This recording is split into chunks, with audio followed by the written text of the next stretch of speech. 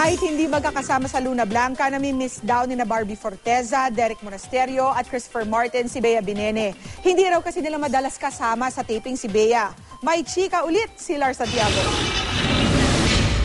Kahit nagsimula na sa Luna Blanca ang apat na twin stars na sina Barbie Forteza, Bea Binene, Christopher Martin at Derek Monasterio, hindi pa rin sila nagiging kumpleto sa set.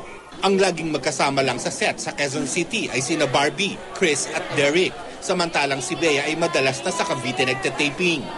Ayon mismo sa tatlong kabataang bituin, ramdam nilang hindi sila kumpleto. Kaya sana raw ay makasama na nila si Bea. Oo naman kasi mas masaya yun kasi parang kulang pa rin yung ingay namin sa tent. Correct. Kapag tatlo lang kami. Saka wala Kailangan po kaming may pagkain. Opo, wala po kaming pagkain. Pagka si Bea, busog kami lahat. Kung nami-miss ni na Barbie si Bea, lalong miss daw ni Bea ang mga kaibigang kabataang bituin kapag siya lang ang kinukunan sa mga eksena niya sa Cavite. Siyempre nami-miss kasi nga, tahimik sa kapag sa standby area, wala akong ginagawa. Nakaupo lang ako. Wala akong ka-jive, wala akong kakulitan yun. Ngayong sina Derek at Christopher na ang katambal ni na Barbie at Bea, nakakaramdam daw sila ng pressure.